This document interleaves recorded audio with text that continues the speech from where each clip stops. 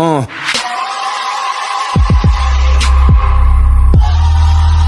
Hallelujah. Yeah.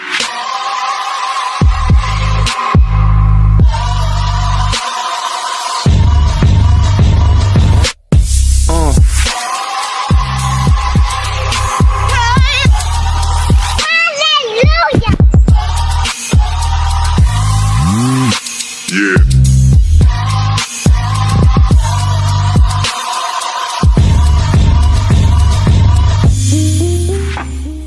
This is Bobby Okereke, inside linebacker for the Indianapolis Colts, and you are tuning into the Blue Stable Podcast.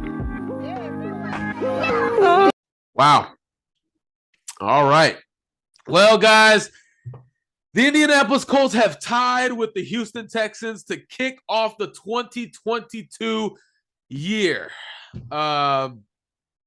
Pretty disappointed here on the Blue Stable Podcast, but nonetheless, we are here back at it again with post-game analysis for every single one of you. I am Michael Pivia, as always, producer, content coordinator for the Blue Stable. Joined by me, as always, Marcus, a.k.a. Culture Shock, man.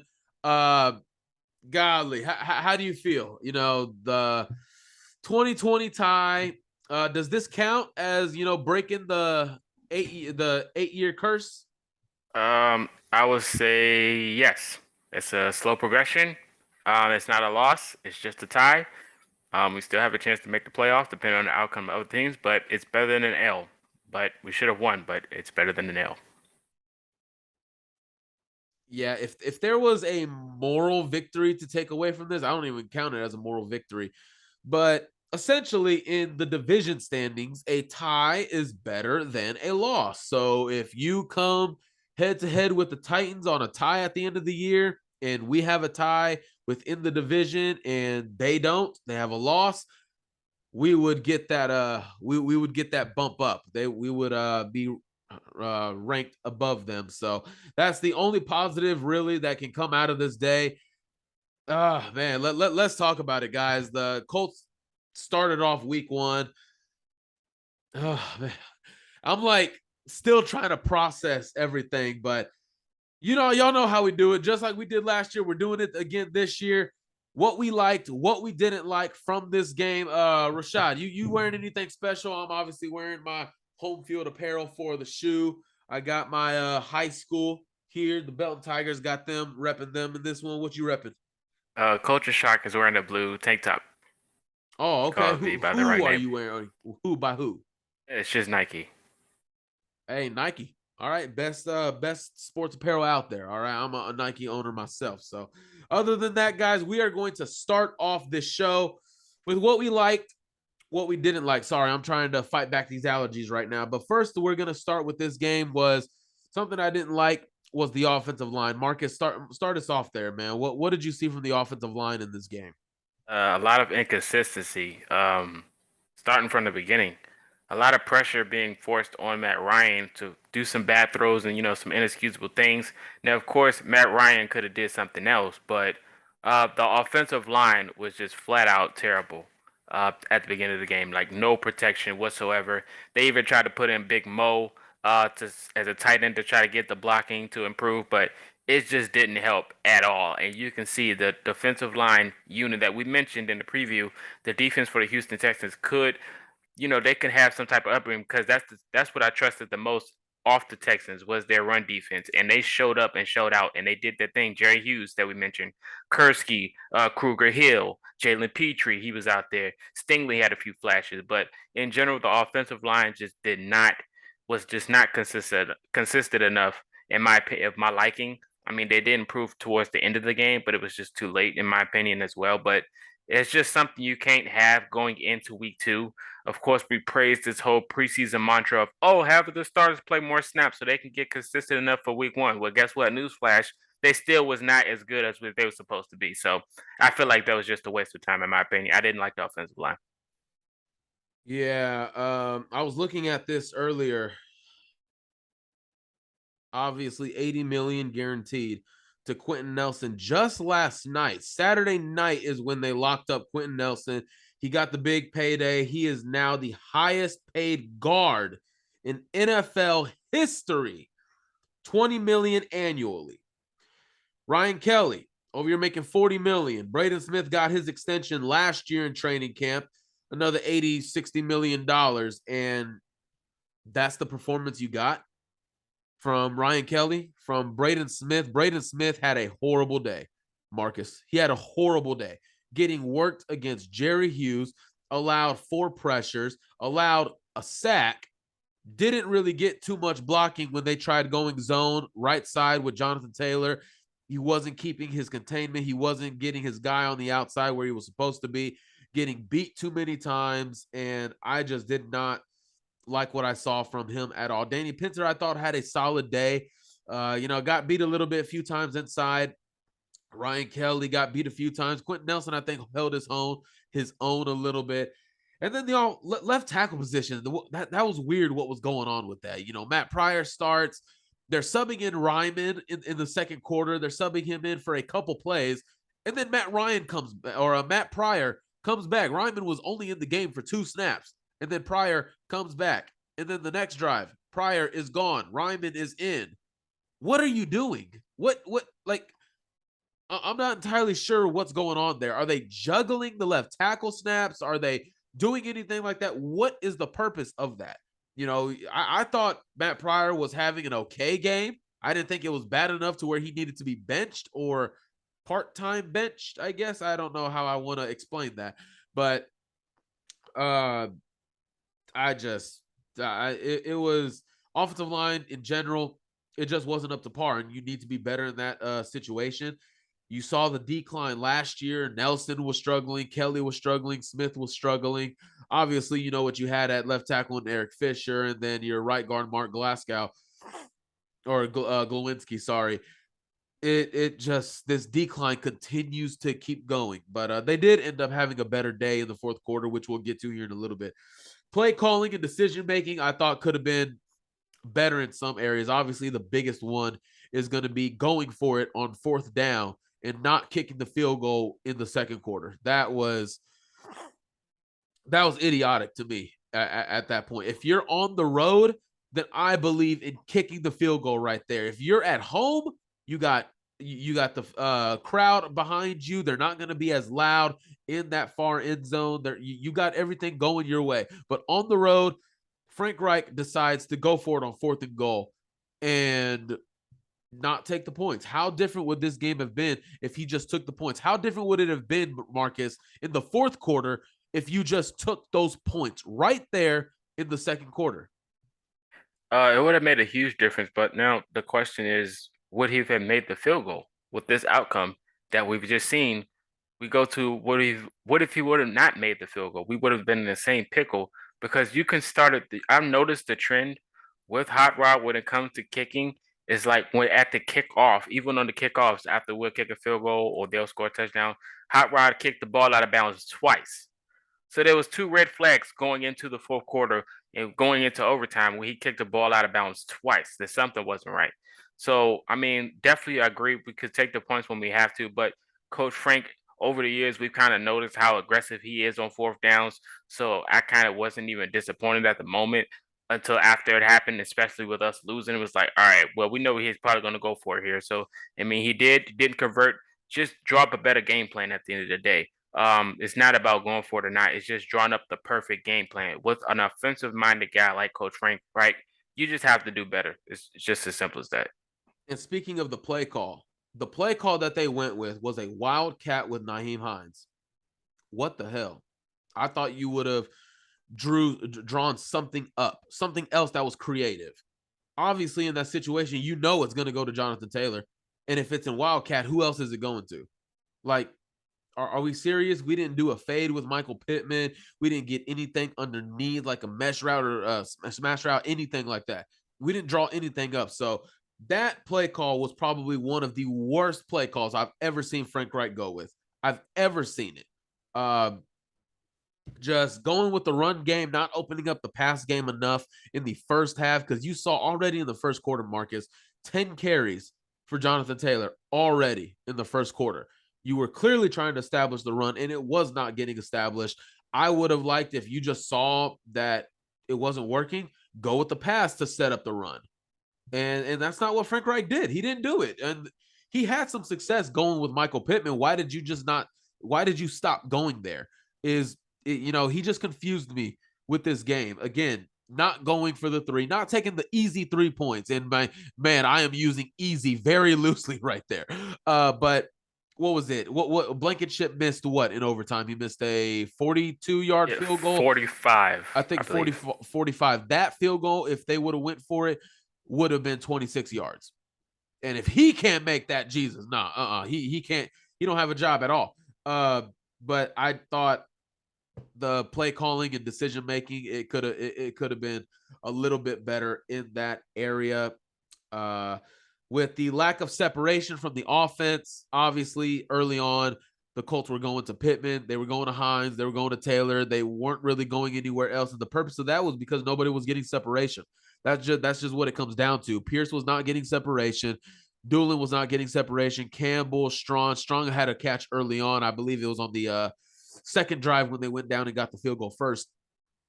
But other than that, not a lot of guys were getting separation. So what did you see from the lack of separation with these guys? Because it clearly put handcuffs on the offense, what they were able to do in the passing game. Yeah, man, the lack of separation was a problem that we've seen all training camp and preseason.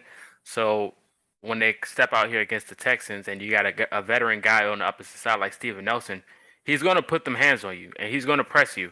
And he played a very solid job against all of our wide receivers.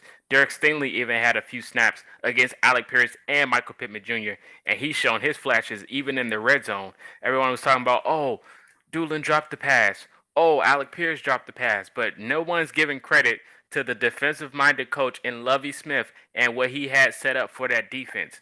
Like I said, the defense was going to be a huge question going into this game anyway, because that's going to be centered around the Houston Texans. If they see any type of success, most of it's going to come out of that defense.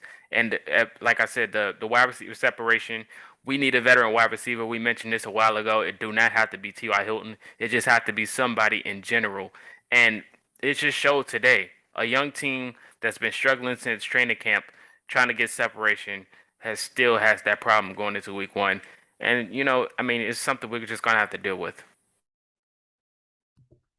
Yeah, I do like you giving credit to Lovie Smith there. We do forget he is one of the better defensive minds in the history of the NFL. Just given that, my issue isn't just so much with how they performed, but what they've been touted as. Chris Ballard has come out here and defended this room since last year, his end-of-year press conference. Oh, I like the receiver room that we have, I think, you still gotta, all this freaking bullcrap that he just keeps spewing out to us. He doesn't need to go to free agency to find help. He can go to the draft, man. I'm over the draft. I'm over it. Like how much do we have to put on a rookie? That's what we put on Alec Pierce today, to be the number 2 guy. And, that drop in the end zone, the touchdown, I can forgive that, but that's literally the only one that I can forget, because that was going to be his first NFL touchdown. Nerves, jitters. I've never been a rookie in the NFL, especially as a pass catcher. I don't know what you're feeling. I don't know what you're feeling in that moment when that ball is in the air and you see the realization, I'm about to get my first touchdown. I can forgive that one, and that is the only one that I'm going to forgive all year. But, again, it still stays true. We have been told all offseason that this room has what it takes, that this room is good. I'm very confident in this wide receiver room per Chris Ballard. And they come out and played like that. That's my issue. Lovie Smith and all that matters too. They played well. But when it comes to the end of it, we are better than them, and that's not what showed. That's not. Matt Ryan did really well adjusting in the second half because they were going a lot of zone, and he started picking his spots in that zone coverage in the second half. So the lack of separation was just, it's annoying because, Marcus, what we've been told all offseason. You know what we've been led to believe all offseason, and it doesn't show up. So I'm kind of wondering, when is it going to show up? Because we keep being told, hey, they like it. We can't rely on Paris Campbell to be 2 or 3, yet he was 2 or 3 coming into the season. Alec Pierce is a rookie. What are we really expecting from him? I just don't know. It wasn't off to a great start. It is week 1. Still got a lot of football left to be played, but I was very underwhelmed from what I saw with the pass catchers of the Indianapolis Colts. Also, continuing the segment of what we didn't like, pass rush. Whoo, man, pass rush. Marcus, when the Texans were going down, getting 3 points, 10 points, 17 points, do you remember Davis Mills being put on his behind at all? Not 1 second. I've seen one hit with Grover Stewart, but he still completed the play, and it was like Grover Stewart hit him just a second too late. Um, Still an issue with the pass rush getting to the quarterback. Again, they stepped up in the second half. Whoever had a pregame speech in the locker room or anything need to be at the beginning of the game speeches because whatever they did, just something clicked at the second half. Was like, all right, let's go get him. Even Yannick, he got some tackle for losses in the second half. So I don't know what transition or what happened, but whoever is holding those speeches or doing something in that locker room in the second half to get them to wake up needs to do it in the first half because it's the same cycle we've seen last year. The pass rush, if one side's cooking, the other side just disappears. It's just a repeating cycle for the Colts. And, we're sick of it at this point because we got the help that we needed in the offseason and something's still not working. So we even switched defensive coordinators and we still have the same problem. So I don't know what's going on with the pass rush. Like, again, they stepped up in the second half, but it needs to be all 4 quarters at this point because we can't just keep having this when we play a good team. Yeah, I'm looking at the stats right now. No hurries, no quarterback hits for your pass rush duo in Yannick Ngakoue and DeForest Buckner, which is you just need better from that position because I mean, those are your $1 million guys. You gave a big contract. DeForest Buckner, you gave up a young corner who you spent a high second round pick on for Yannick Ngakoue, and you can't even get no hurries, no quarterback hits. Think in total, the Colts had 5 quarterback hits. Afidio Dangbo with 1, obviously Quiddy Pay with 2, EJ Speed with 1, and I believe the 5th one is going to Bobby Okereke, I believe. So pass rush just needed to be better.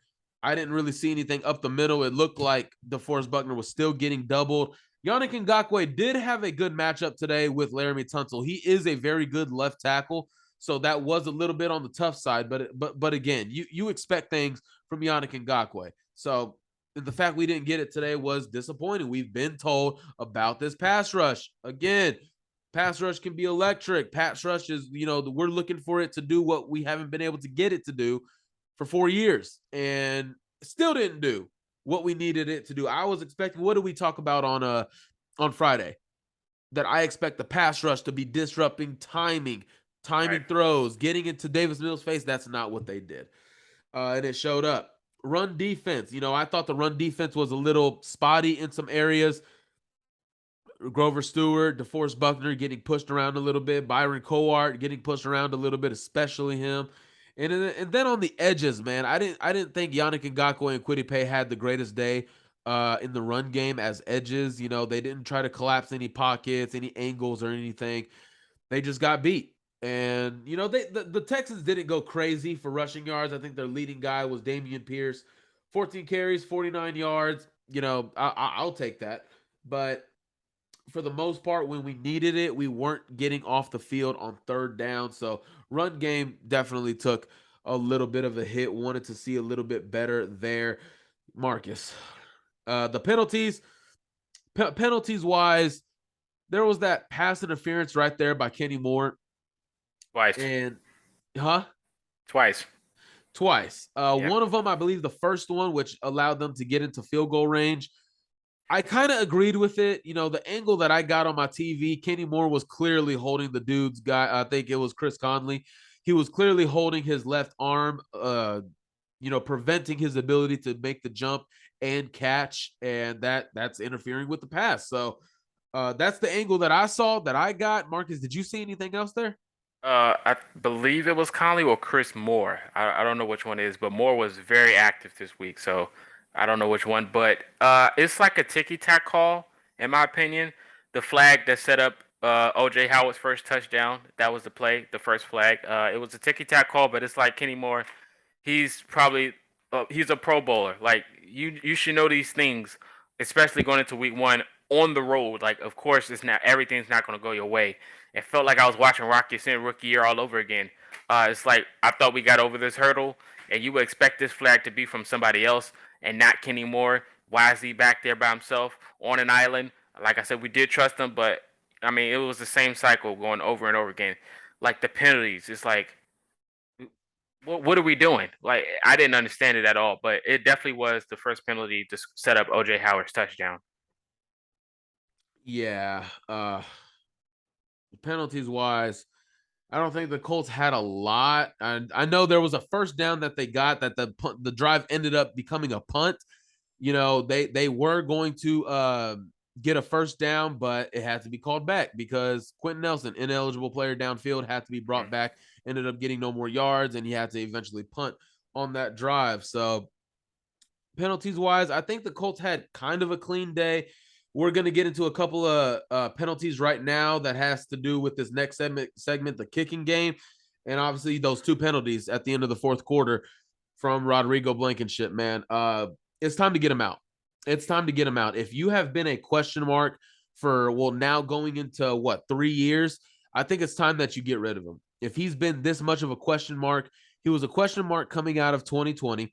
He was a question mark going into 2021. He was a question mark coming out of 2021. And he is a question mark going into 2022. So why is this still a question? And why have we not found the answer for it? That's my thing. This is a Chris Ballard issue now we're getting into because you didn't want to bring in competition. You brought in an undrafted guy. Really? You didn't bring in a vet. You didn't bring in anybody. And there were some vets out there that you could have brought in, and you decided not to. Remember that. He decided not to. He keeps on sticking with what's not working. His philosophy for whatever it is, some of it is working, some of it is not working. And the kicking game is not working. 2 kickoffs, allowing the Texans to start at the 40-yard line. Thank God it was in the fourth quarter and your defense doubled down. And they forced them to punt. But then in overtime, 42-yard field goal. I thought, right there, I thought Chris Ballard Frank Reich got a little too complacent with the play calling. He was play calling like, okay, we're here now, so we can just, let's just go ahead and kick the field goal and let's get over with. No, me personally, I still would have went for the touchdown. If you have that much of a question mark, right, Marcus? If you have that much of a question mark with Rodrigo Blankenship, wouldn't you continue to play for the touchdown? Why are you getting complacent in going for Rodrigo Blankenship? Why are you putting the game in his hands? Keep your standards up. That was just questionable to me. What are your thoughts on Rodrigo, man? Is he gone by tomorrow or Tuesday? He should be gone right now. The game's over. I'm pretty sure they're done with the pressers and everything. But I mean, it's unfortunate, Hot Rod, man. Like, he had his moments. He even won his kicking camp, his kicking battle in training camp. How I have no clue, but it's unfortunate. But it is what it is. I mean, we're putting too much pressure. I mean, we're putting too much into this whole kicking situation because it shouldn't be that difficult. You're set on the field every now and then. I mean, most of the pressure is on you to get 3 or like things like that nature. But to win the game, something you do all your life is kicking the football. I mean, you should be able to nail these. I've seen kickers hit 60 and 70 yarders in warm-ups, even in training camp. Freaking Justin Reed's kicker right now, he plays free safety for the Kansas City Chiefs. So I don't understand how someone like this who's been kicking all life can just struggle, especially just winning it out in the battle, and now you're about to lose your job. It's very unfortunate, but I just can't fathom over how that's so difficult. And look, man, I'm not going to sit here and pretend that I'm like an expert in kickers or anything or how that operation goes. What is the deal with Rodrigo? Like, even if you go back to his time at Georgia, he made a 58-yard field goal in the Rose Bowl. He won the award of the best kicker in college football. 58-yard field goal in the Rose Bowl, 55-yard field goal in the Rose Bowl, 47-yard field goal in the SEC championship game. Where has his power gone? And that 58-yarder in the Rose Bowl could have been made from 65. That's how much power he had into it. Where has all that gone? Where has it gone? Did he get weaker? Is he not going to the gym? Is he Is he just playing around with freaking Legos all day and not getting squats in or something? Is he not on the bicycle? Is he what is it? Like, I want to know, what is it? I'm not saying this to be funny or sarcastic or anything. I want to know what the problem is, because I saw him drill easily 58-yard field goals at Georgia, and he can't even make a freaking 42-yarder. Struggled to make a 31-yarder last year. What is the issue? What is it? Do we need to stop coming to practice and Bubba Ventrone just meet him somewhere at a hill in Denver and just say, bike your ass up to the top and don't come back until you reach the top and come back down? Get some power in those legs. I don't know what it is, but I'm done with it. Kicking should not be a problem for any team in the NFL. I don't care if you got to put more money into them, if you got to steal someone from the LA Galaxy or Austin FC or whoever. Go get Chicharito from the freaking LA Galaxy and tell him no World Cup for you this year in Mexico. You're in the NFL. What is the issue with the kicking game? It should not be an issue, Marcus. Yeah, it shouldn't be an issue, but I just can't get over that Lego reference. That was pretty funny, and I just knew he was gonna say something. But yeah, it shouldn't. Like, I just don't get it. A guy, like I said, kicking all his life. Maybe an injury from last year has something to do with it, but I mean, if that's the case, I mean, just get rid of him. There's a kicker at any moment, even a kicker on YouTube. Somebody can kick a 42-yard field goal to win you a game. Even Pat McAfee can do it. Hey, maybe you can do it, but like I said, this shouldn't be an issue moving forward. If you got to get rid of him, do it now. Get another kicker. He's easy to replace. Anybody can kick a 42-yarder. So you should see kick and tryouts starting tomorrow or maybe Tuesday. But definitely feel like he's going to get replaced soon. Yeah, I really expect, that tweet from Joel Erickson or Zach Kiefer tomorrow on Monday that the Colts brought in so-and-so for a tryout. That if I don't see that tweet, man, what are you doing, Chris Ballard? Why are you sitting on your hands? This is just a matter of if he can do it or not. It's a pretty straight to the point thing. All right. So other than that, guys, that's really a lot of what we didn't like with the Colts and Texans today. We're going to get into some positives that we did like.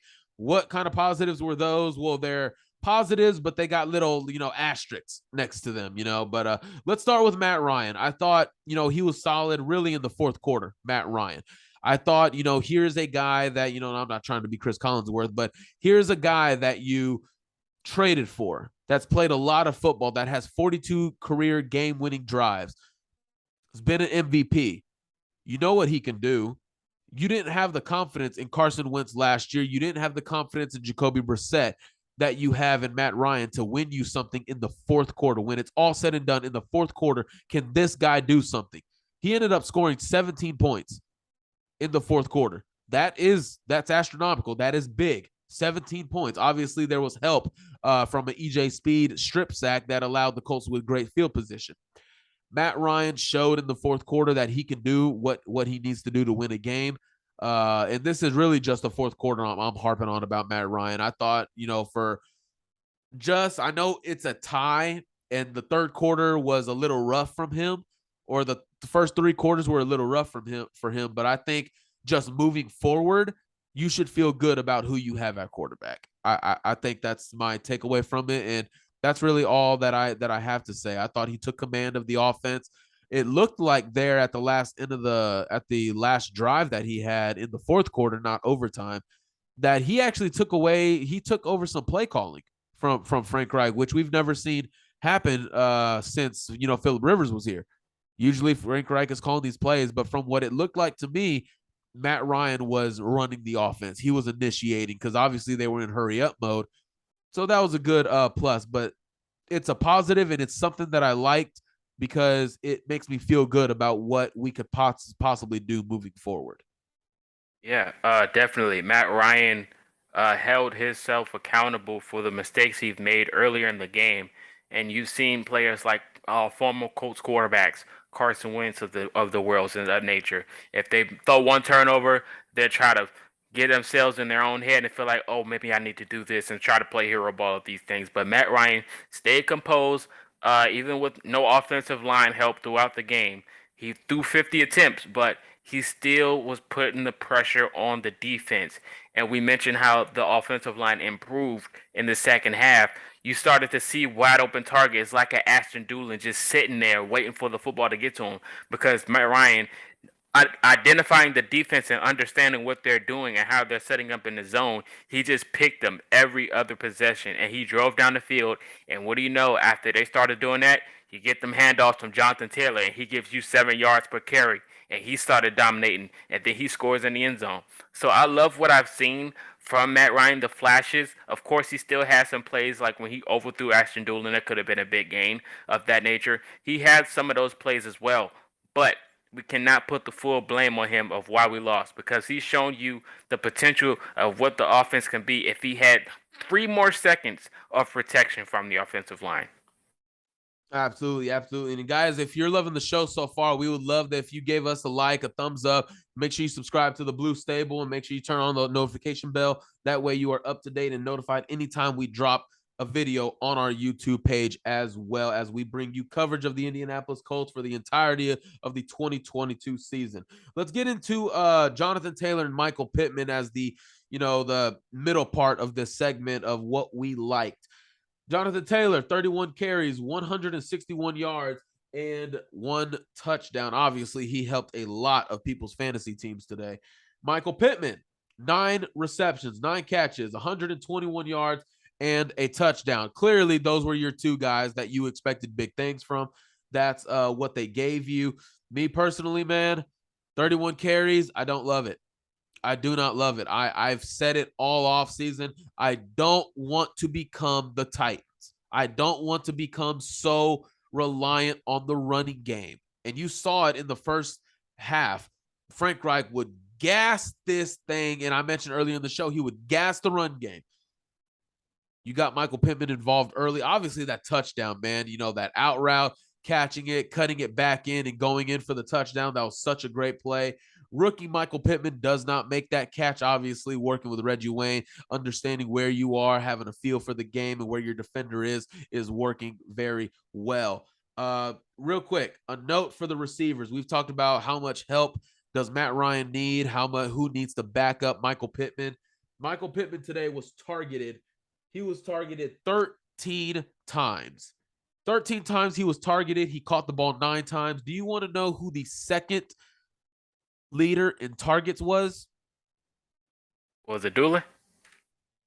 Nyheim Hines, a running back. Ashton Doolin was tied with 6. Let me correct that. He had 6. So really, your running backs behind your wide receiver 1, your 2 running backs were leading you in targets. But until those final 2 drives in the fourth quarter, when Campbell got going, when Doolin got going, that's what it was. So clearly it is established. Michael Pittman is the guy. He helped out my fantasy team, gave me 27 points. Thank you. But not really much we need to go off of. Jonathan Taylor got going a little slow. He was at 10 for 48, but to finish with 31 for 161, we all know Derrick Henry would have went like 31 for 100. He didn't go for 161 like Jonathan Taylor. So any takeaways? Jonathan Taylor got going in the fourth quarter, obviously gassed out the defense, got the pass game going. It was a good sign, but again, I still want to – I don't want 31 carries every week. I really don't. I really don't. I prefer to stay away from that. Yeah, Jonathan Taylor being the workhorse, of course. Coach Frank Reich's golden boy, definitely going to overuse him, I feel like, this year. But, I mean, to be honest, there was a few plays in the first half when Jonathan Taylor had the seam and just didn't hit it. Definitely don't understand that. But he did start to hit his stride a little bit at the end. So I was never really worried about Jonathan Taylor's production. It was basically on the game plan of what you're going to do to get him his big runs. I mean, we had 3 plays straight with just running the football. And then, offensive line is not helping the pass protection. So Lovie Smith's like, oh, they might give it to Jonathan Taylor here. So let's double down and send the blitz. I mean, and they were doing it. They were stuffing Jonathan Taylor. But until that offensive line started to click, and we started getting that pass game going, and you see guys like Michael Pittman Jr. getting involved, and then he's scoring, it just opens it up for Jonathan Taylor. So I think our offense should be oriented around passing and then letting Jonathan Taylor hit the seams whenever whenever the defense is starting to get into pass coverages. So, I mean, like I said, Jonathan Taylor had a good game. For Michael Pittman Jr., he's shown flashes as well, but let's try to get more people involved on the offense and then not just them two, so we don't be one-way dimensional. Yeah, nothing too surprising from what we saw. Jonathan Taylor and Michael Pittman Jr., those two look like they could potentially be, well, Pro Bowls. You know what Jonathan Taylor is. Michael Pittman looking to assert himself in the Pro Bowl conversation amongst the wide receivers in the NFL. So that was good stuff there. Shout out to the other guys that were struggling in the game. Like we mentioned earlier, struggled to separate. But in the fourth quarter, when we were making the comeback, Campbell, Doolin, Granson making plays, getting open, making the catches. To Ashton Doolin's drop touchdown pass. It was a play by the DB, but I do, revert back to Michael Pittman's touchdown against the Jets last year in the end zone. Remember, he caught it, took 3 steps in the end zone, but the ball was punched out. He took 3 steps, and he clearly had control with his 2 hands because he's Michael Pittman, of course. Ashton Doolin, the catch didn't look too firm. He got 2 feet in bounds, but I thought you could have given that a look. I only saw it live. I saw the replay. Haven't looked at it a few more times, so can't crucify him for that. But shout out to those guys for making the plays that they did, mounting the comeback. And then our last one is, I'm going to give a huge shout out here, man. I know you'll appreciate this. I'll appreciate this. Hopefully the people out there will appreciate this. For the first time in 4 years, the Colts defense didn't allow a single point in the fourth quarter. Marcus, this is the only thing I'm truly getting excited for in this game. Everything is going wrong. You see that your offense just went down and scored. Now the defense says, okay, time to buckle down, time to double down, make plays, and let's start getting this thing going and get the ball back for the defense. And that's exactly what they did, man. The coverage was solid. Stephon Gilmore had a couple good coverage snaps against Brandon Cooks, forcing the Texans to punt. You had the coverage from the linebackers, the pass rush. Shout out Quiddy Pay. Also, 2 sacks in the fourth quarter when we needed them the most. I don't think you could ask more from what the defense did, because remember in past years when, the offense isn't giving them any help, what do you expect them to do? That's not what this defense said.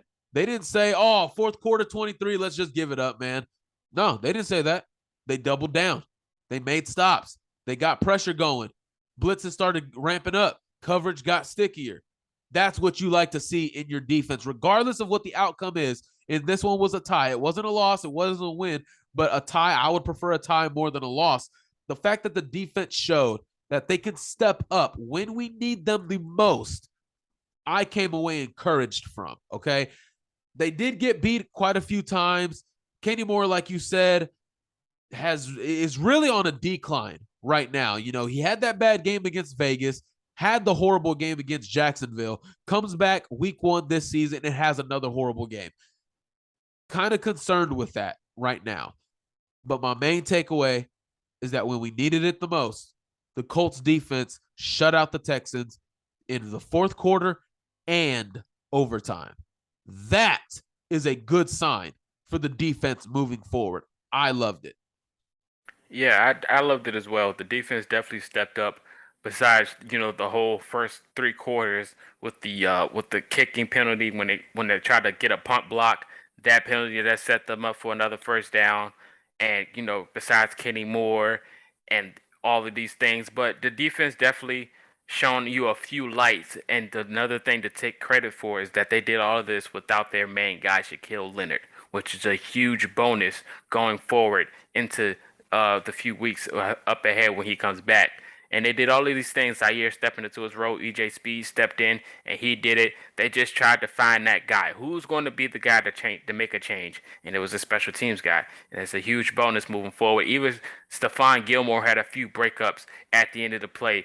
Guarding heavy on Brandon Cooks. And I might add, he should have been on Brandon Cooks the whole game. But that's just another part of another story. He should have been on the same side as him because he played good coverage. But they had a few holes at the beginning with Nico Collins and all these things. Kenny Moore had a decent play when Nico Collins caught that sideline catch when it wasn't even intended for him.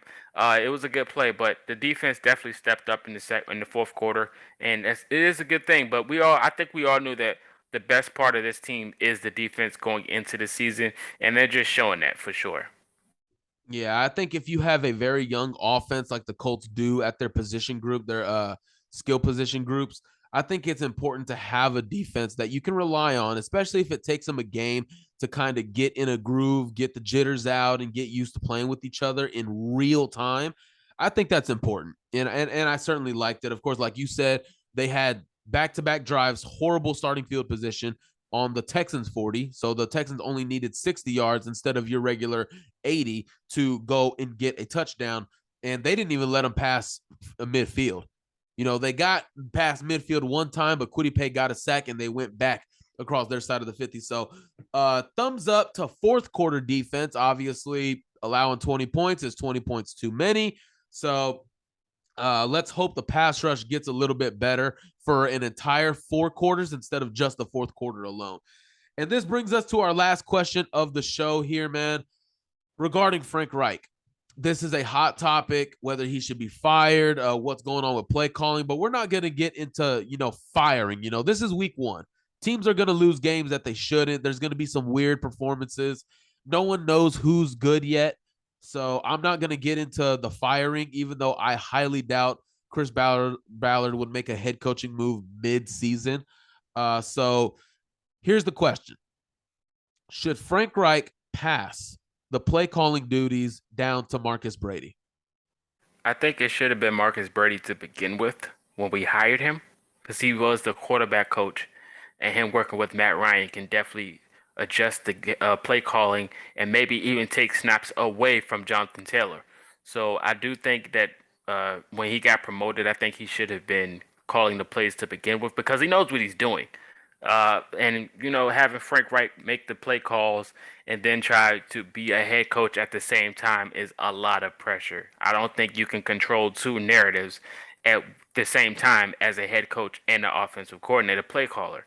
Like I said, if you want to do these things, he can't get demoted to offensive coordinator. So maybe in the future we'll see what happens with that scenario. But I think Marcus Brady should have been calling plays since he got hired. Just as simple as that. Absolutely. Obviously, he was the quarterback's coach and got elevated to offensive coordinator when Nick Sirianni took the job as Eagles head coach. This is something that I've thought about even last year, but obviously we know what Frank Reich did as the offensive coordinator for Philadelphia. He wasn't the play caller there because Doug Peterson was running the play calls there. But I think Frank Reich is one of the better play callers, play designers in the NFL. But I think juggling being a head coach and a play caller is a lot on one person. For example, you're calling plays for the offense, right? So you're oblivious to what's going on the defense. You're oblivious to what conversations are being had. You're oblivious to the adjustments that are being made. You don't know any of that. And then when your offense comes off the field, your defense goes on, but you're still talking with your quarterback. You're still talking with your offensive analyst. You're still on your play sheet talking about discussing what is going to go on the next drive. You're not paying attention to the defense. You're not making real-time decisions. You're not, as a head coach, your attention span should be on the whole team. I feel like play calling takes his attention away from that a little bit. As a leader of men, and this has been talked about, I've seen this on Twitter. As a leader of men, I think he is great. I think he's good, but I think that can be taken up a notch if he didn't have the play calling duties. If that just got away, I feel like how the fan base embraces him would be a lot different because this is Marcus Brady's 4th year. He's going into his 5th year in the system. He was a quarterback coach for 3, and now he was offensive coordinator last year, first year, and then is offensive coordinator this year. I would think he knows this system by now. He knows what works. He works with Matt Ryan. Me personally, and I am actually going to go with this now because after today, I think if you're the head coach, you need to be on all aspects of the game. Let go play calling duties. Pass them down to Marcus Brady because as a head coach, if you're prioritizing your attention on the play calling, that could take your attention away from another area of need that needs your attention. And there are some aspects that need it, but you can't focus on it. Focusing on it in the game is huge, and I think it's better rather than the game already being lost and then going into next week. Okay, this is what we can do better.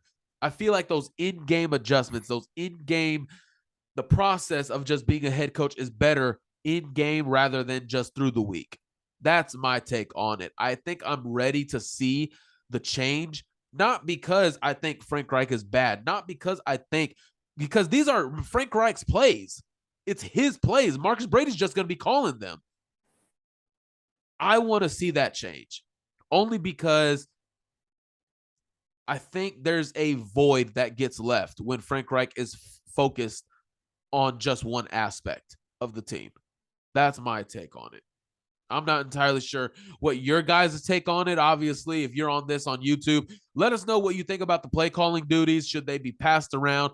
Again, I will reiterate, I don't think Frank Reich is a bad play caller, but I do think there are some aspects where it needs a little more attention that he can't give at those moments in time because he's just too focused on, if you're going for it on 4th and 1, well, first you got to make the decision, and then you got to decide.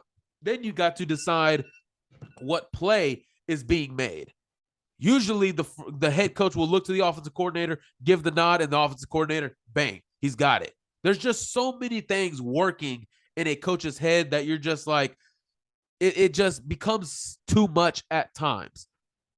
I am curious, and I would prefer the change. I wouldn't be mad if they don't do it, but something's got to give because now today, your decision-making and play calling, in my opinion, cost you. There is no excuse for tying with the Houston Texans. You went for it on 4th and goal instead of taking the points, and you didn't even do anything, by design. You just went with the Wildcat. Everyone knows you're running the football, right, Marcus? Yep. Everybody knows. You didn't get creative. You didn't dial anything up. And essentially, I think you cost your team today. Yes, we can talk about Rodrigo missing the kick, obviously.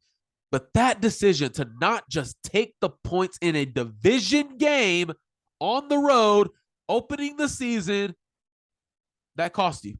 And I will say, Marcus, if these things continue, and I'll even say it again, if the Colts don't win the division, Frank Reich should be fired.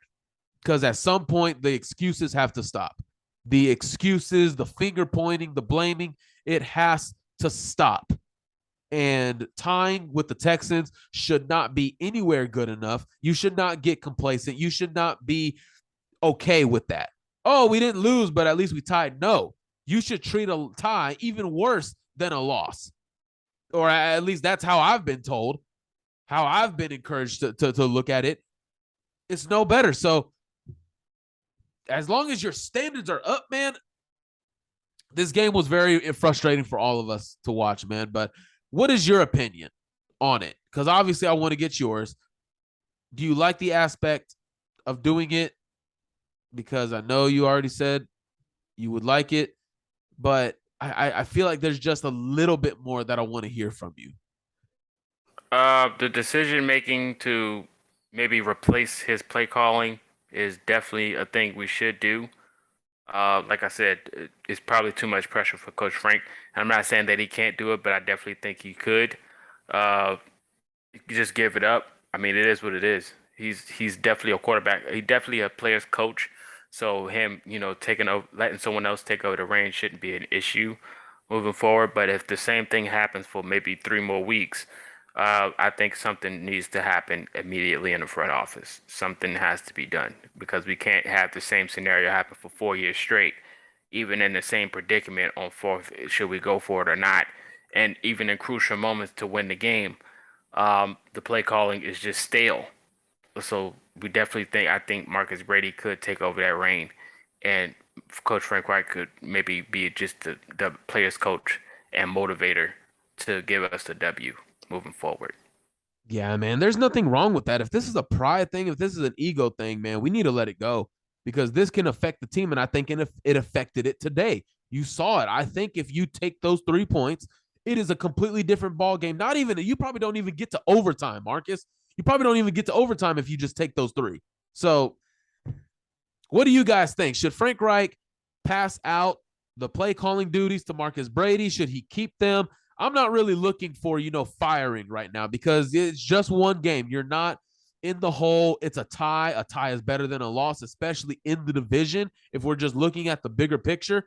But you need to everything needs to get set in motion now because you're playing Jacksonville. Jacksonville looked good today against Washington.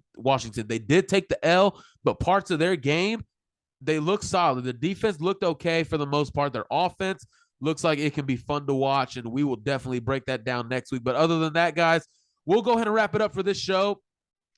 These were our thoughts from the Colts Texans. Obviously, the Colts tied with Houston 2020. They start out 0-1, right? 0-1. So it's not a win, it's not a loss, but hey, hopefully we can end that streak in Jacksonville next week. Other than that, guys, once again, if you enjoy the Blue Stable, make sure you comment down below, share, and subscribe to this channel, and we will definitely appreciate it. We are your number one source for Colts news and content around the Colts media world, guys. So once again, he is Culture Shock. I am Michael. Let us know down below what you guys think. And let's get ready for Jacksonville, man. Let's forget this, and let's hope they bring in a new freaking kicker by next week. All right? You agree, Marcus? Yes, sir. Bring in a new kicker. All right. Well, guys, you heard it here first. New kicker, hopefully. Marcus, you got the job? Would you take it? Nah, I wouldn't take it. I can't kick that far. Godly. Okay. Missed out on a few, couple bucks there. So other than that, guys, he is Culture Shock. I am Michael Pevia. We will see you next week on the Blue Stable Podcast.